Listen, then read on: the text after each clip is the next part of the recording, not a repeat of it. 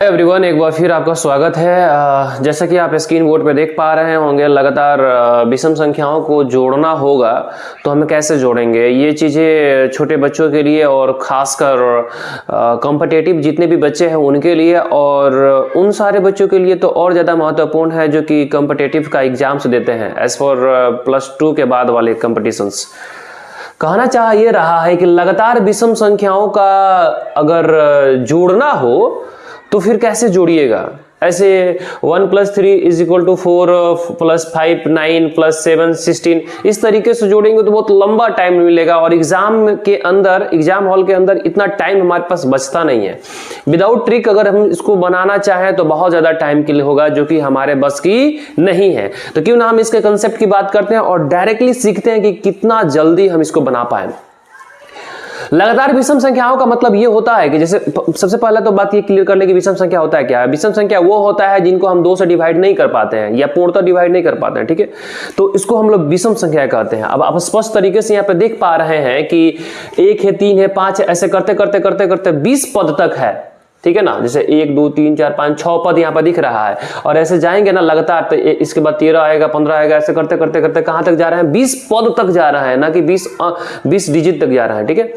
तो एग्जैक्टली अगर हम बात कर रहे हैं इनका मतलब आंसर फाइंड करने के लिए, तो बड़ा शॉर्ट तरीका है। एक काम करें, इनका फॉर्मूला होता है n²। n का मतलब होता है कि टोटल पद, तो ठीक है। तो यहाँ पे क्या दिख रहा है?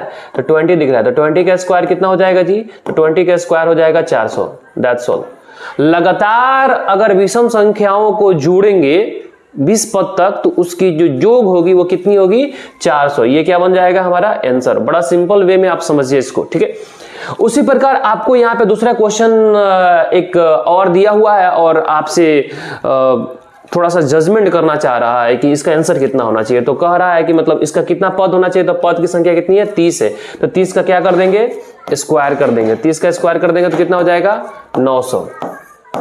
ये हो गया हमारा आंसर। अगर उसकी बात कर रहे हैं, उसके बाद की बात आपके सामने एक क्वेश्चन और दिख रहा है कि हम लोग मतलब जो ऑड नंबर है यानी कि विषम संख्याएं हैं उसको 300 पदों तक लेके जाना है।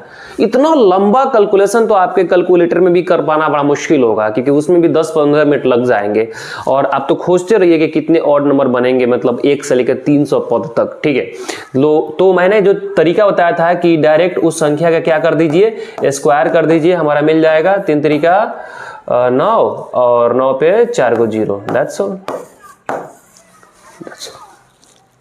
कहाँ टफ आ रहा है? कहाँ से दिक्कत हो रही है? दिक्कत नहीं होना चाहिए।